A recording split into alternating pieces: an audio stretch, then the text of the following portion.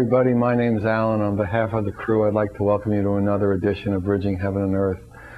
This has been a really wonderful week for us at Bridging Heaven and Earth. One is we had a truly extraordinary person come across the country. As most of you know, we do the show in California.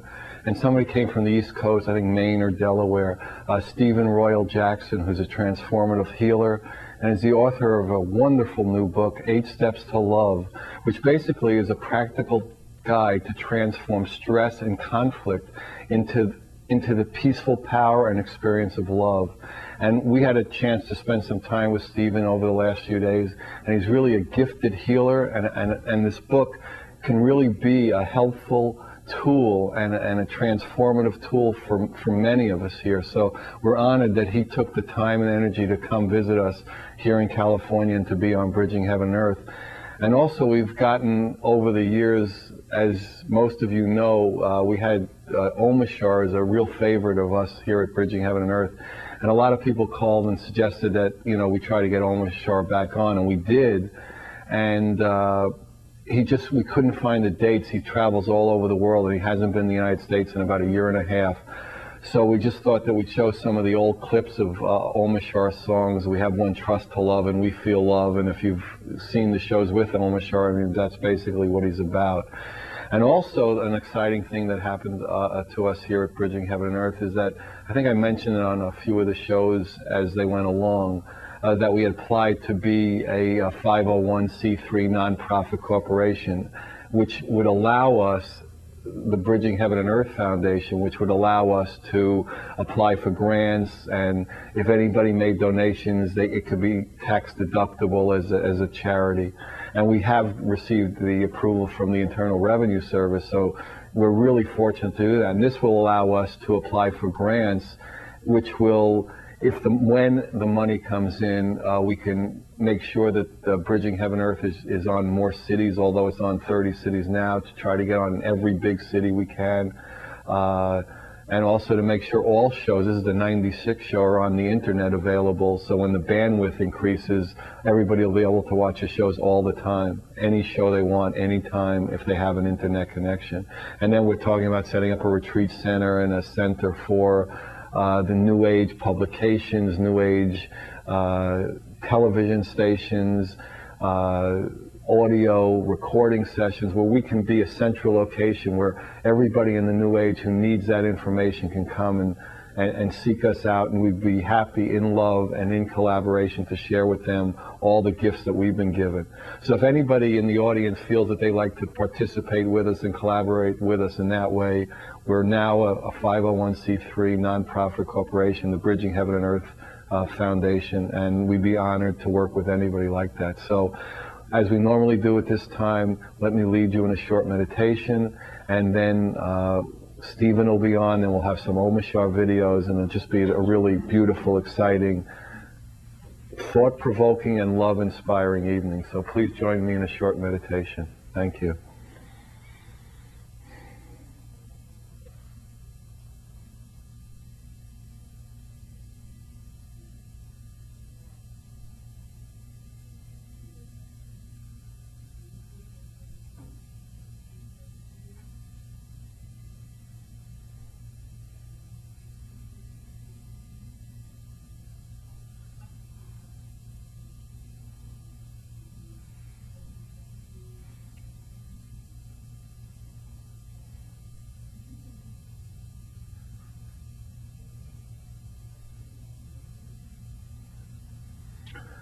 Okay, thank you. So we're going to start with Omashar's first video, Trust to Love. Be open to the love, be open to the connection between us all. You know what this show is about, dedicated to the oneness, and again, that's what this show is about. So whenever we're ready, Omashar, Trust to Love.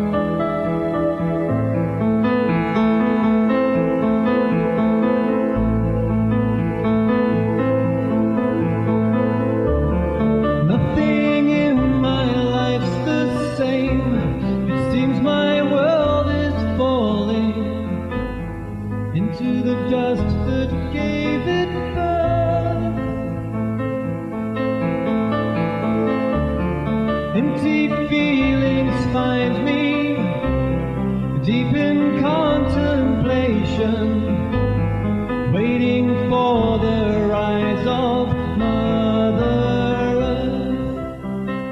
And we all know what we've come here for, and we all feel that our hearts are true, and together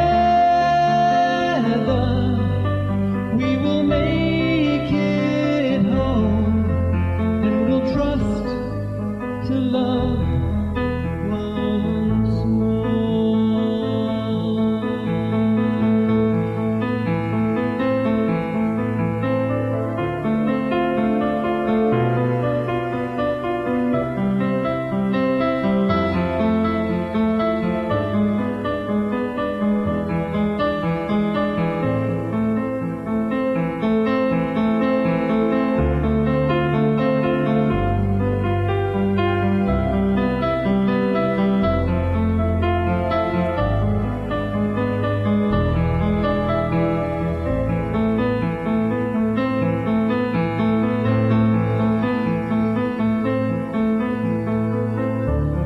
Walking through these fields of fear that bid for my attention, I don't live here anymore.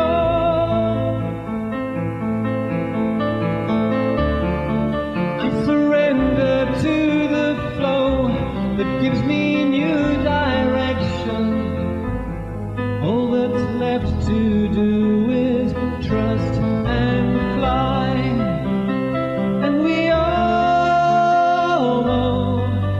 What we've come here for, and we all feel that our hearts are true, and together we will make it home, and we'll trust to love once more.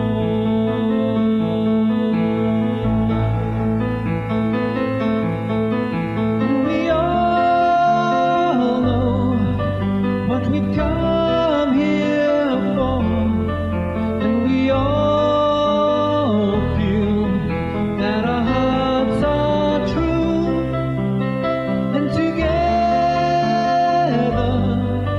we will make it home, and we'll trust to love once more.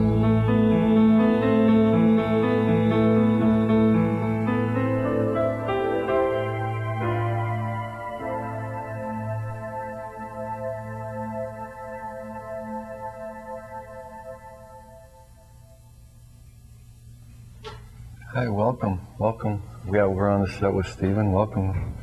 Thanks for having me. Yeah, so how did you come to write this book? I know you've had a history of combining, I would say, American medicine with Oriental traditions. How did you come to decide to write a book, 8 Steps to Love? Well, I was in practice for some 20 years in clinical practice as a child psychologist and as a traditional psychologist, seeing people from ages of 4 to in their 70s. And I saw the same kind of conflicts again and again, whether it was with parents and their children, or marital couples, or bosses and employees. And I just thought it was time for somebody to really put something together that people would use, because it was the same kinds of ineffective patterns. However deeply rooted they may have been, they could be addressed in an educational way, really. So I thought it was time to do something like that people could use for themselves and apply it with some really quick, effective principles. So yours is really a practical, I mean, I read parts of the book. I mean, it's really a practical guide to helping people overcome. And interestingly enough, like most people try to avoid stress and conflict, which I guess ultimately is a good idea. Right. But you try to use that as a tool to come into a place of harmony, in a place. Exactly. Why don't you just describe that a little? You know, one of the things that, interestingly, in the evolution of the book, going from the basic psychology points and so on, was the idea that in the spiritual teachings, a lot of times the ascended masters and so on, Saint Germain was noted to have said that really our bodies become incapacitated because of living according to, not according to the law of love, peace, and harmony, but because of discord in thought and feeling. And so because we're bombarded and we do have discord, what we want to do is take that constricted energy, you know, sadness, anger, depression, fear, all contract us. And so physiologically, we want to be able to shift that back. So insofar as if we could be in a place of bliss all the time, as the teachers would suggest as possible, that's good. That's a win. That is good. And if we're not, that would be good. And if we're not, though, we can shift to that. Right. And that's the idea, to really go back from contracted energy of all the negative emotions into the expansive energy of love. And that means, in a really broad sense, doing what you love in a given situation, focusing on what it is you would want, not what you don't want. And that really makes a whole different mental focus and physical shifting of the energy. So, I mean, in some ways, it's almost like the glass is half full then half empty. I mean, it's just, is it like just a little switch that changes? Well, how would you describe the process as you're going through? Right, okay. The context of the process is to really awaken to what we really are within, that we really have a place within us that's a consciousness that is characterized as calm, and also as a caring consciousness, as well as a connecting and a continuous. Now, what those four things are really describe the core self. And so what we're trying to do is access that in the heat of the moment, in the heat of conflict.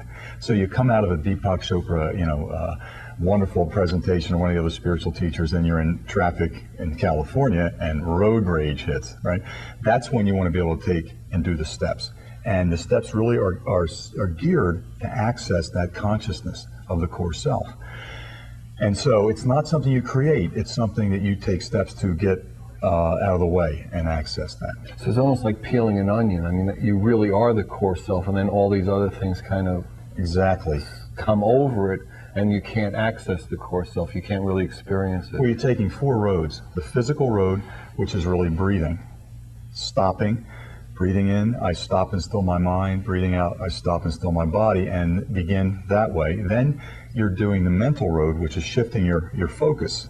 So from what the negative emotion is, and one of the steps in the mental shifting is really what I call the shifting energy and focus exercise. Every one of your negative emotions tells you something you don't like.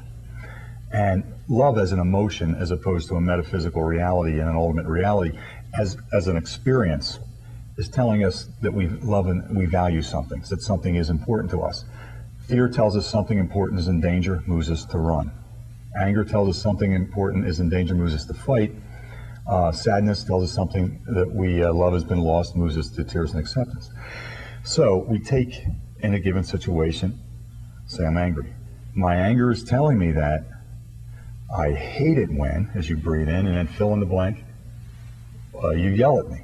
And that's because I love it better. It gives me great joy when you talk softly to me.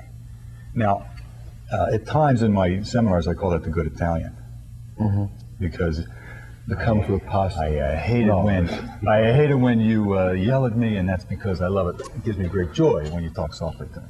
So you make that shift, and any one of the negative emotions would do that.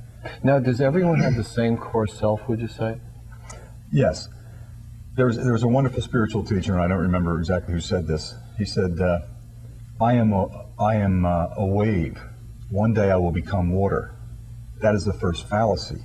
Remember the oneness. So in a sense, there was another thing that kind of reminded me of this. One of my teenage patients, when I was in practice, brought in a book on Zen, and it showed a little cartoon of a little wave comparing itself to a big wave. And so, yeah, everybody is connected, and that's part of the thing about the core self. Once we're in a deeper level of it, we're connecting. And that's one of the ways we know this is through the Reiki healing that I do. One of the symbols we use is one that says the core self, or the God in me acknowledges the God in you, the namaste. But really, it's sort of the oneness symbol. So how does somebody lay their hands on a visualization of someone while I'm on the East Coast and they're in Africa, and have something happen instantly. It really attests to that connection, that oneness. Yeah. And you see that all the time because you do remote healings. That's one of the things that. But why don't you talk about? I know that in 1995 you were going along in your like allopathic in a way practice, right? And you had some spiritual background, but not. Right. But you had a certain experience that said, right, this is a new direction, absolutely, or this is you have to take something else in. Why right. don't you talk about that a little? I was in Salem, Massachusetts. The witch trials. Yeah. And I was at a beautiful little store called Pyramid Books, and a wonderful woman was coming out of the bookstore and had purchased a book on Reiki, and she was dressed in a white dress, a dark skin, jet black hair, and she turned out to be from Guatemala. And so she was teaching a seminar that weekend, and I was accompanied by someone who was already level 1 Reiki and wanted to take the class. Well, I wasn't sure I had any room for it. But that night at about 2 o'clock in the morning, I'm awakened by a purple light that was both kind of internal and external. I could feel it pulsating between my eyes, which I later realized is the third eye, the sixth chakra, and so on. I didn't really know it at that point. Mm-hmm. And I would feel this energy shoot into me, and I was a little bit freaked out by it, so I would refuse the permission to stay, and it kept leaving. So the next day, I spoke to the teacher, and she said, I think you might want to take this class. Right. So I did, and then at the end of the day, as I was leaving, it had rained all day. There was intersecting rainbows across the road leading back to the inn where I was staying. That night, at about 2 o'clock in the morning, again, the purple light came. This time I called on my Reiki master guide, and you do a meditation as you're being attuned to Reiki. And you meet your guide, and I had actually met 3 different spiritual teachers, and the first was Christ. So I kind of thought, well, maybe I made this up because of my background growing up as an Episcopalian and whatnot. But as it happened, it was a very emotional experience. So that night, okay, the purple light comes, so I say, I call upon my Reiki master guide, Lord Jesus Christ. If this is good for me, I accept it. If not, I ask you to protect me from it. With that, a slight darkness passed across my eyes, as though you're at the beach and the clouds block the sun for a moment. And a beautiful white light about 15 feet from me in the center of the room looked like a huge butterfly, or like a kind of a ceiling. Yeah, like a ceiling fan, like a white fan coming across, hovered in front of me about a foot away. A very loving consciousness struck me right in the middle of the forehead, knocked me right out, and I was just radiating with this energy. And the next day I went in to the class, and the teacher called me aside after she did the final initiation, and she said, you were already streaming with the energy. And I said, well, this is what happened. So she said, I finished the attunement, but you already were there. And since that time, there's been one wonderful experience after another with the healings with animals, just heartwarming things. One time I was in Mexico City, coming back from Costa Rica. A dog had a gash in the back of its neck. Everyone was passing the dog going into the church. I did too. I didn't know what else I could do. I came out and I couldn't really position myself to do anything directly hands-on, so I moved over at about 15 feet away. I thought of a story from the Tibetan Book of Living and Dying, in which all these people pass by this beggar who they're just find repulsive. And one man stops to help the beggar, and he jumps up and becomes the Lord Maitreya Buddha, this magnificent Buddha. Right. And I thought of the same stories there are of Christ, that which you do to the least of my brethren, you do to me. So I start to work on the dog at a distance, and the next thing I know, within a minute, the dog springs up perfectly alive and vital, looked like he was half dead prior to that.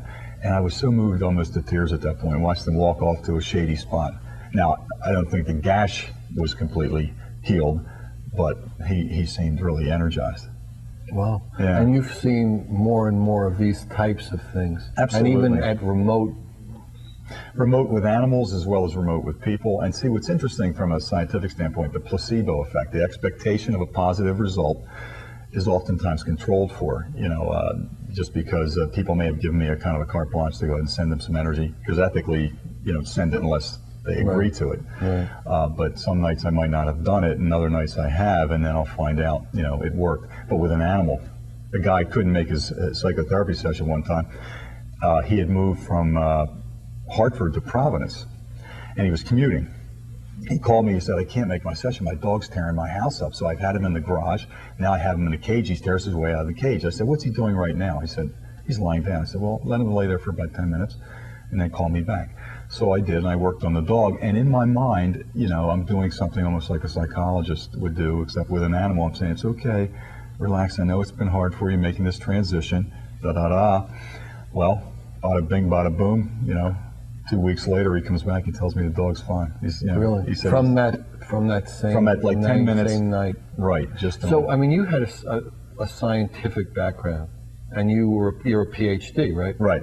How do you, I mean, we have a lot of stuff on the show all the time, but how do you try to explain it? Yeah. Or do you not, or does it matter, or how do you approach it? Well, I go back and forth about that, thinking in terms of the left brain explanations and so on.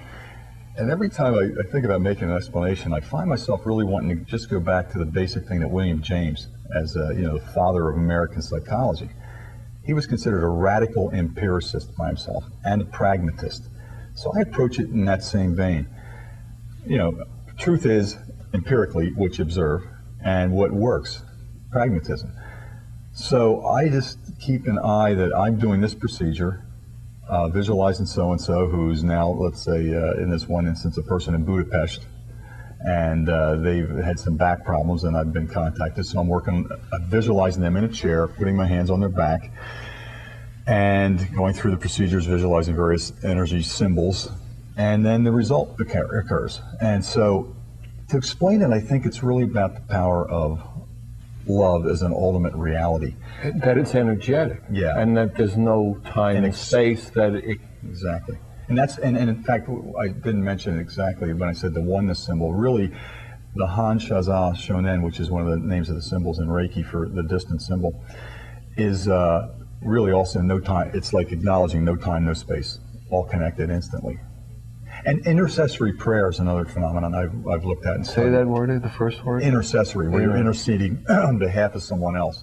And Larry Dossey did some research and brought some studies up that Randall Bird did in San Francisco back in '88. And there's been a recent one done just this past year, and it's been duplicated. So that half the group is prayed for, half the group of patients isn't, and the group prayed for really gets results, just statistically significant.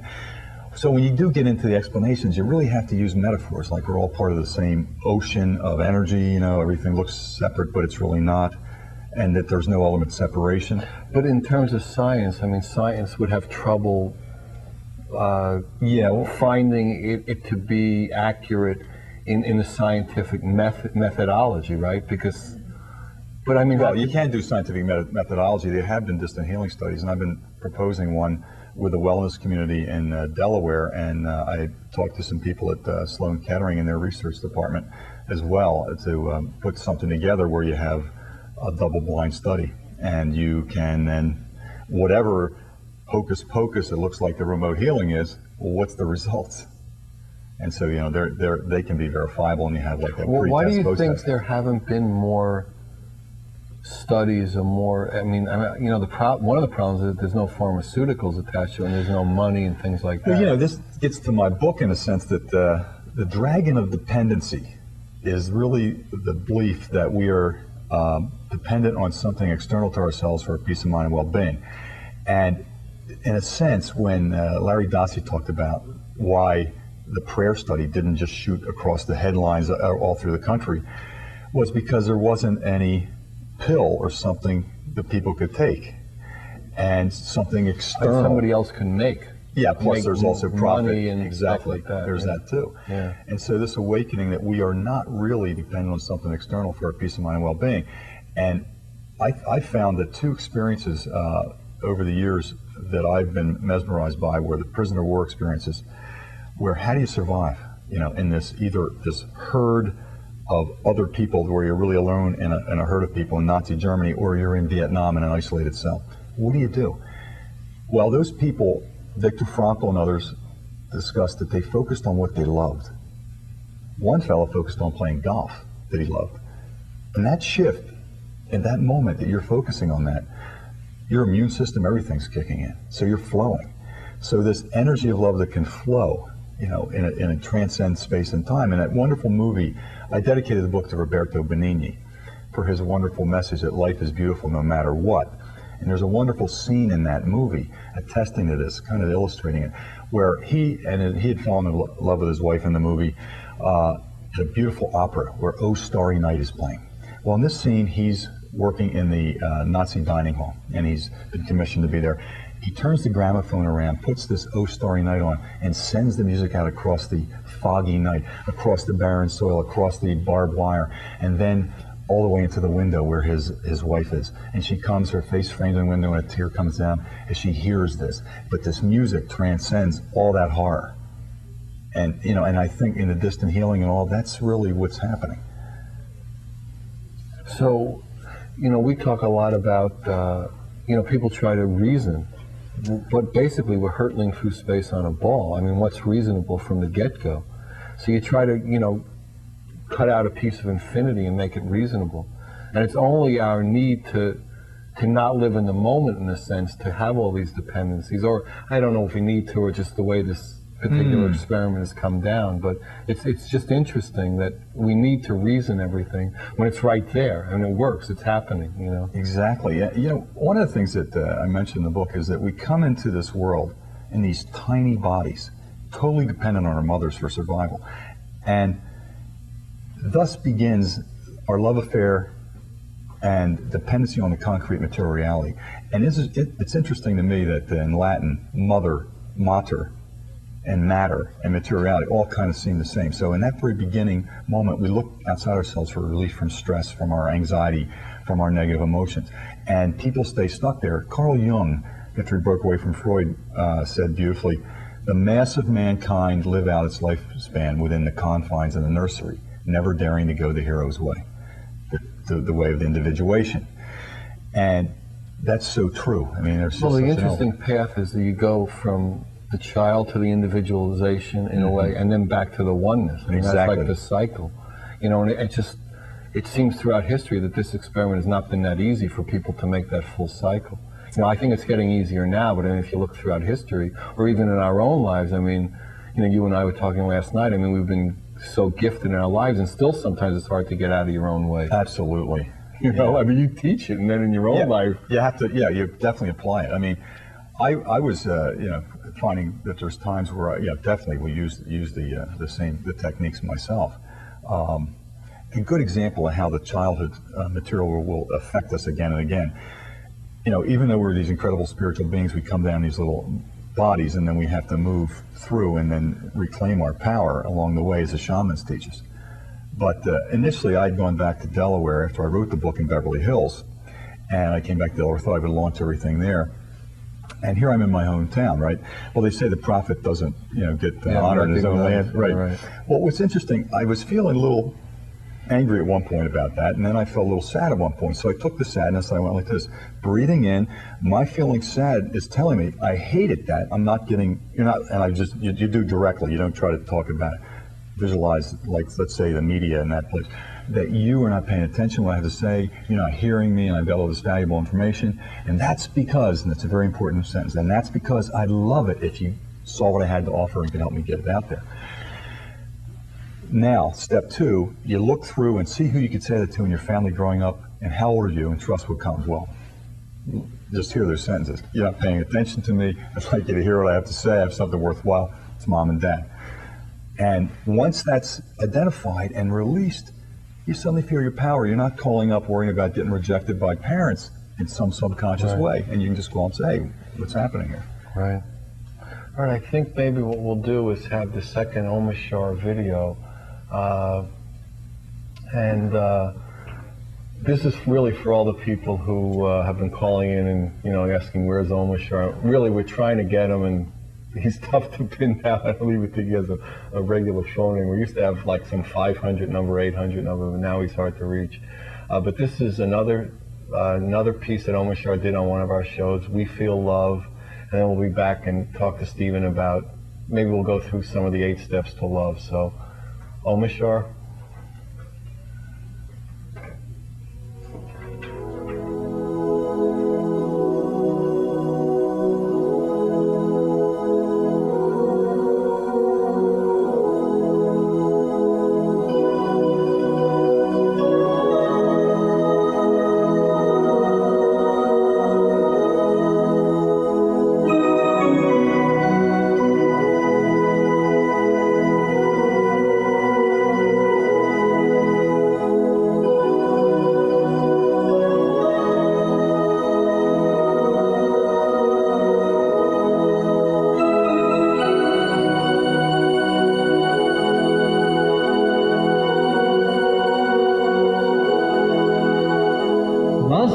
in a sea of illusion,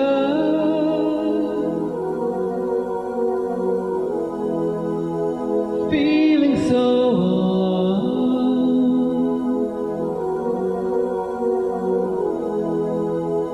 lost on a wave of confusion.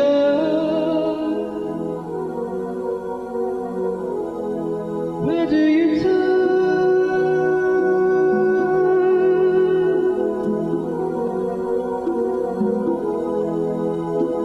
Flow with the tide of completion.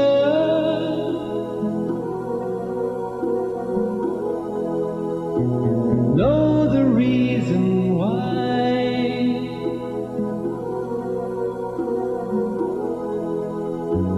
Drink in the waters of healing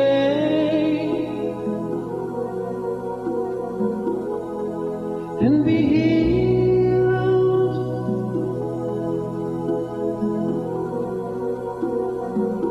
We're coming home to the part of us that's waking up.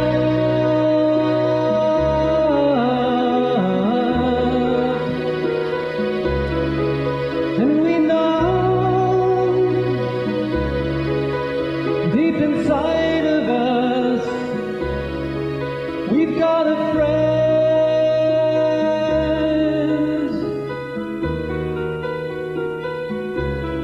We remember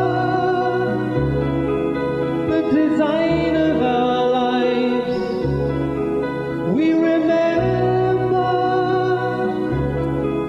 the desire in our hearts, and we feel love, and we feel love.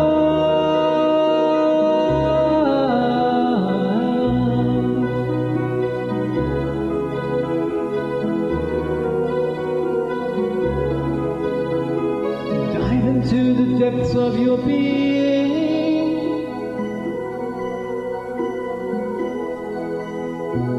Know that all is well.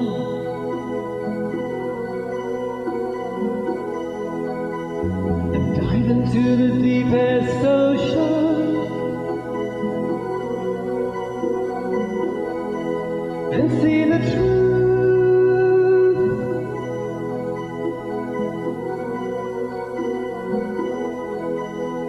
And cast off the cover of darkness.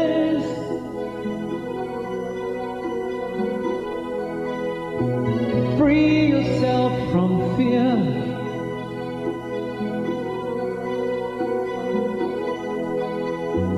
Show that you're ready and willing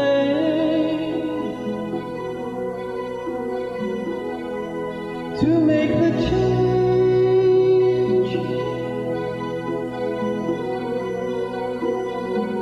We're coming home to the part of us that's waking up.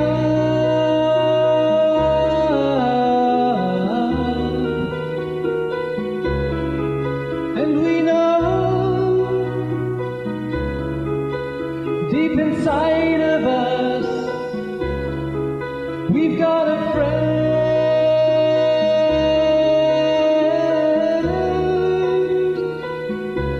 And we remember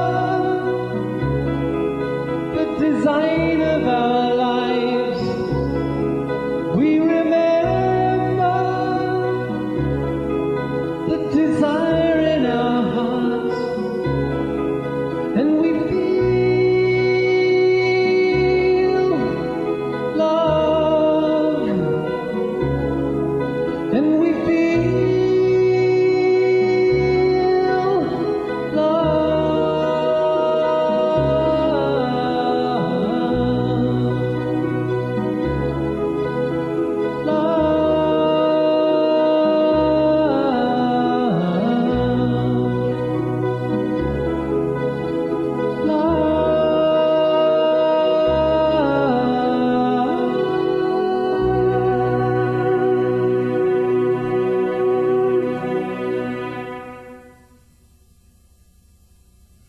Hi, welcome. We're back on the set with Stephen. So, when you wrote this book, 8 Steps to Love, I mean, you have certain like tools or techniques, and is that like stop love? I mean, in that stop and love. Yeah, the acronym's STOP right, for stress and LOVE for the conflict piece. Okay, so why don't you like walk us through that a little bit? Let me just give you a little context though, so you can see.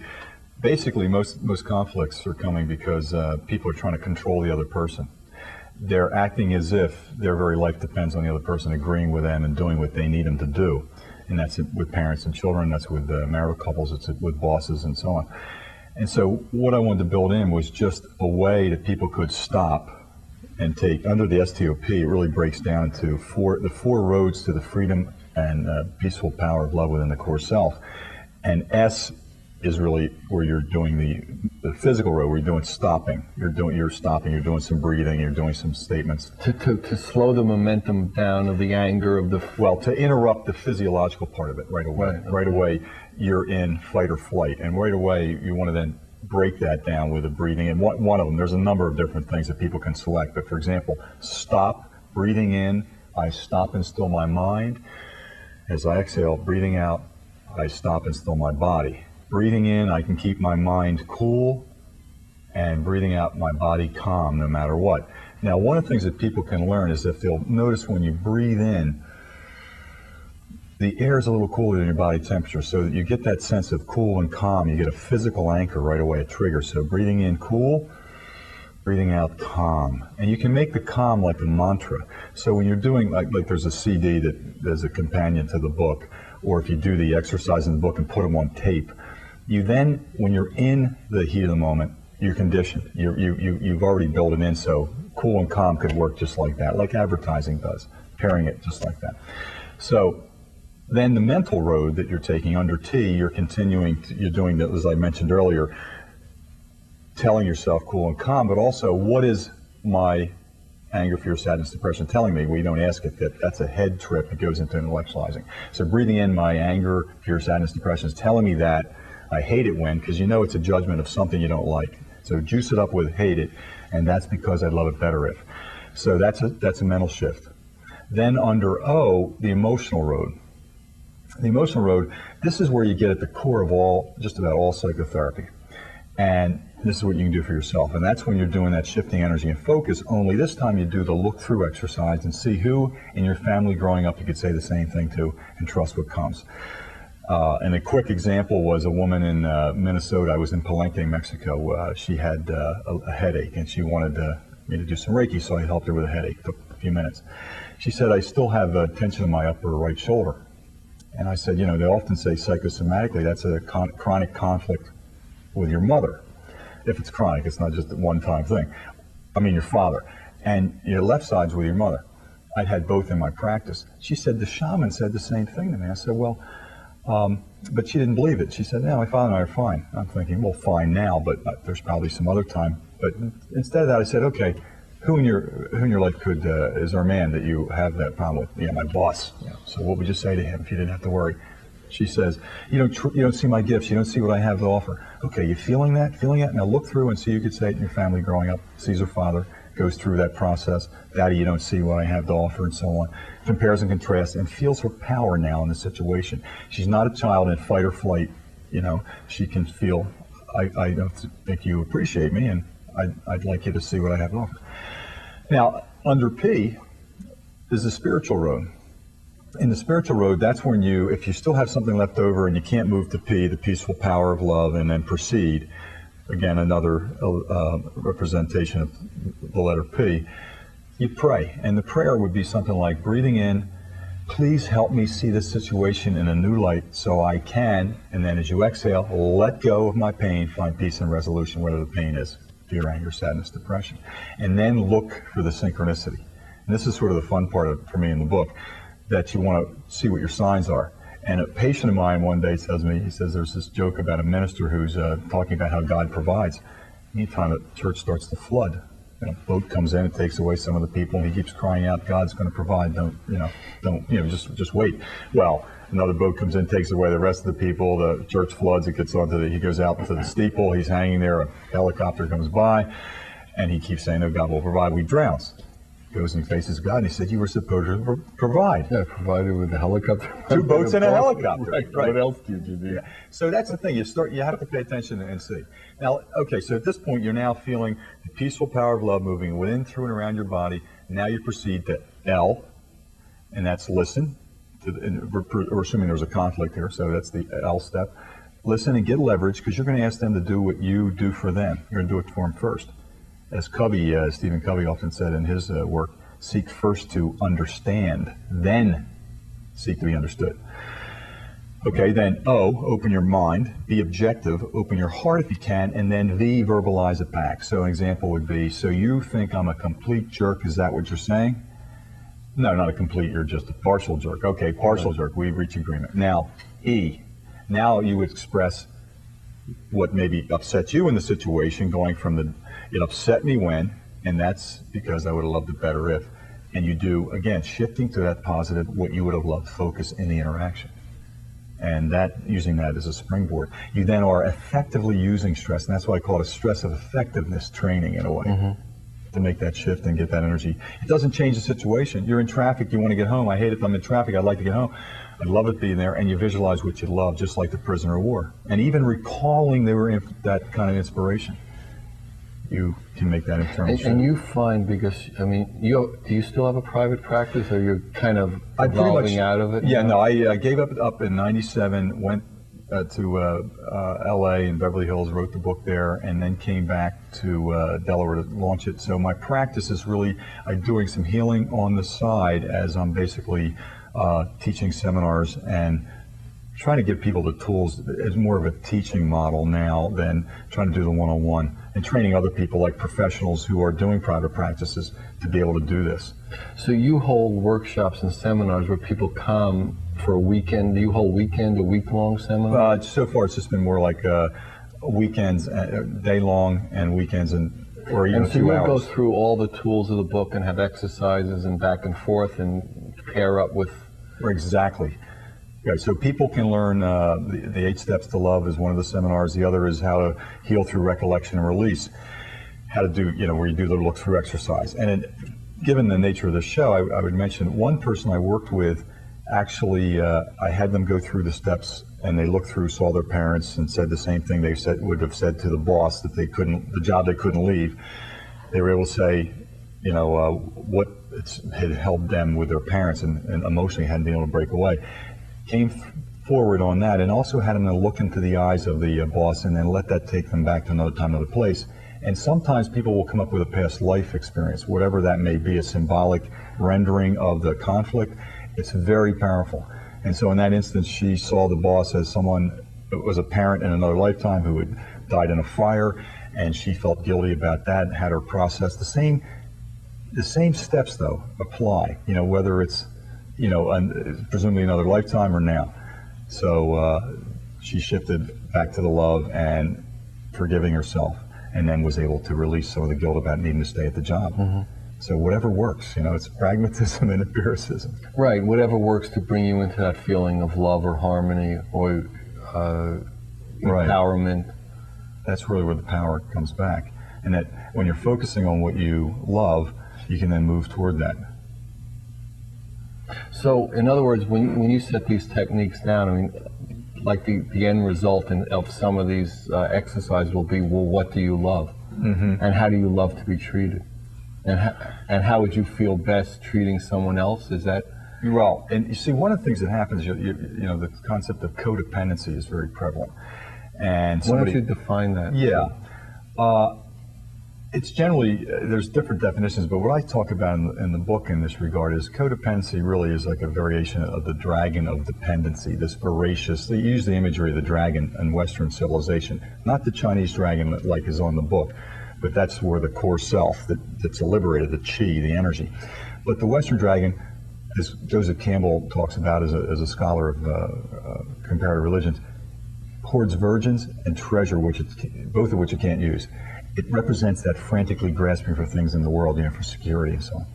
Well, codependency, in a sense, is needing to control others so you feel good. I'll feel good as long as you're okay. A friend of mine in New York used to call it the Vidal-Sassoon complex. I look good if you look good. So You look mad. exactly. Fernando Lamas looks mad. Better to look good than to feel good. You know what I Much mean? better. Yes, yes. So in this regard, it's very ironic that the ultimate maturity is really where you learn to love freely without clinging and enjoy it like, as Christ said, becoming like a child to enter the kingdom of heaven. So in a sense, here we are postponing gratification to become mature adults and so on, and yet the ultimate thing is the codependent is giving in order to get something external, whereas loving freely is just enjoying it in the moment and you let it go. You're not storing up stamps for later or anything else. And so in that regard, so often people then are repeating patterns of trying to save their parents again and again through current relationships. They don't even know they're doing it. So they're marrying one alcoholic after another or one abusive partner after another. And out of that, there needs to be a declaration of emotional independence, is which one of the steps I'm talking about in the book, under the emotional road, where you then, I deserve to be loved. I deserve that. All the psychopathology I ever saw in my life was all traced to the wounds of love. And that The wounds of being love. hurt. Exactly. Being hurt by love. Parental love is the milk that builds the bones of self-esteem. And But if we without talk that- about past lives, I mean, when does this whole process start? I mean, could it have started 10 years ago, 25 years ago, Well, 50,000 years ago? you start with a symptom and you let that anxiety go just back. keep, And and you it- can keep feeding it back. I mean, part of the techniques, it can go back 50,000 years. It can go back as far as necessary, but you may find a lot of us relieved with just a childhood situation. This particular physical. Well, challenge. I had a triathlete that was seeing me, a woman in her 30s, and she had an anxiety over that would drive her to eat sugar, and she wanted to get rid of her sugar addiction. So we started off. I said, okay, let that anxiety take you back another time, another place. She had a body fat of like 0.6. She was- and she was too. It was too. She was, strict. yeah, she was in good shape. But she goes back. She goes back to about 7, and she sees herself in a scene with her mother, and I get her then. The key is to express, not repress or aggress your stress. Mommy, you're not paying attention to me, so I get her to say it directly, feel it, and reclaim her power as a 7-year-old. Then it's 4. Then there's something in the womb where or prior to the womb, she's in the crib. She turns to apple juice, sugar, again to deal with feeling. She's crying, feeling abandoned. Then I say, subconscious mind, is there any other time or any other experience that would help with the healing? Then reveal that. Next thing I know, she says, "Oh my God, I'm a man. I'm on a ship. It's British, and I'm going to be drowning." And And there's no hypnosis involved Well, in the it's traditional sense. it is in an affect bridge, in a linguistic bridge, and in the sense that you're shifting back to a slight altered state of consciousness without doing a traditional kind of deeper and deeper thing. Just by that focus on the anxiety. And a somatic bridge. They're the 3. Focus on those sensations, the somatic. Focus on those words. I can't breathe. I can't breathe. Let that take you back. Or the anxiety again. Focus on the anxiety.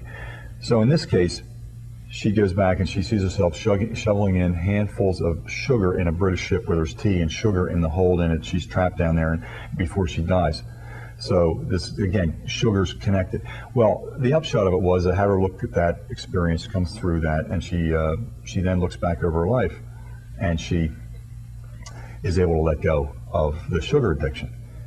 But it had to do with things in her childhood as well as this other experience that really, and 18 months later when she contacted me, she'd moved to Europe, she was doing fine still. So that was a release.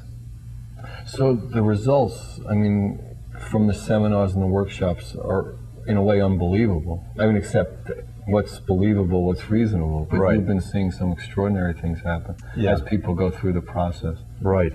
It's been really rewarding, and I love to see it. In a way, I mean, you do what you do, and you do the best you can do as you go along. I almost feel like apologizing to all the people that saw me traditionally, when I see now how much faster it could be for them, and they could be empowered. And I see that as more, with my last name Jackson, kind of like the heritage of Andrew. Or Action. Well, yeah, Action Jackson. Yeah, that's what I thought. Oh, first you got Action Jackson on this show. This is great. This is but to democratize the whole process, put it out there so more and more people can do it and not be the one. Even in the healing, I do some healings, and they're very, very rewarding. But I like to be able to attune more and more people to Reiki and to the transformative healing process and train people so that more and more people could do it for their loved ones as well as for their practices. So it's been a real mission. It's a full-time job at this point to get that all going. Do you see, as far as you know now, is all the information that needs to come through you in the 8 steps to love? Or do you see, like 8 steps plus 1, or, I think, no. I'm glad you asked that, because basically the guts of it, I call it Set for Life seminars, and SET stands for Stress Effectiveness Training, which in essence is self-expression training, how to access and express the core self. And thirdly, what's the ultimate outcome? Spiritual energy transformation. We hear about spiritual healing, we hear about energy healing. Well, as we choose to go from hate or anger, frustration, whatever, back to love, that's a spiritual energy transformation in every situation we do that in. Ultimately, we leave a kind of a life like a caterpillar and become a butterfly where we can transcend better, like the golden dragon. We stop being the earthbound dragon given to fight or flight. We become the golden we light rise dragon. Above the maze. Exactly. And so in that regard, a lot of the techniques then for future work will be involving China Sang, ancient techniques, mudras, hand positions, meditations, all the ancient material that can help refine and take you further. But the guts of the work is how to transform from hate to love in the course of everyday life. And then you build on that with all these refining techniques, deeper meditations.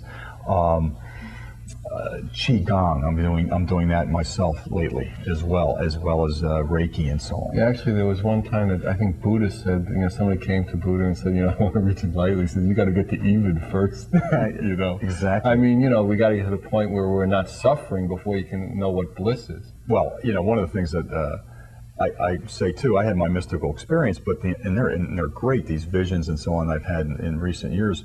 But the thing is, it's to be like Moses. You come down off the mountain and apply it to everyday life. Yeah, you live in this life and you bridge heaven and earth. Exactly. One of the things, as the new year was coming in, the last song that was played by the piano player happens to be the last song I mentioned in the book. And I mentioned songs, I mentioned movies.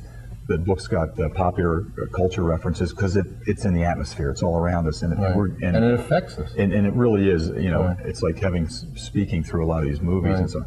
So what happened was, there's a concept in the book about how to love freely, and one of the ways that we do this is an old gravestone said these words, and I saw them in my senior year in college. All that's bright must fade. All that's fair decay. All we loved was made to bloom and pass away. And yet, after all the 8 steps are gone over in the book and so on, at the end, I say, and yet we can add the timeless tunes of George Gershwin to this. Right. And yet our love is here to stay. Exactly. So here it is, Alan. The piano player says, this is the last song I will sing in this century. Right. And that's it. Yeah, I think this is the last sentence you're going to say in this show, too. So we're reaching the end of the rope. So let me just say, if anybody wants to know what Stephen's workshops are, call me, Alan, 805-687-2053. We love you. Thanks for all your help. 805-687-2053. Good night. God bless you.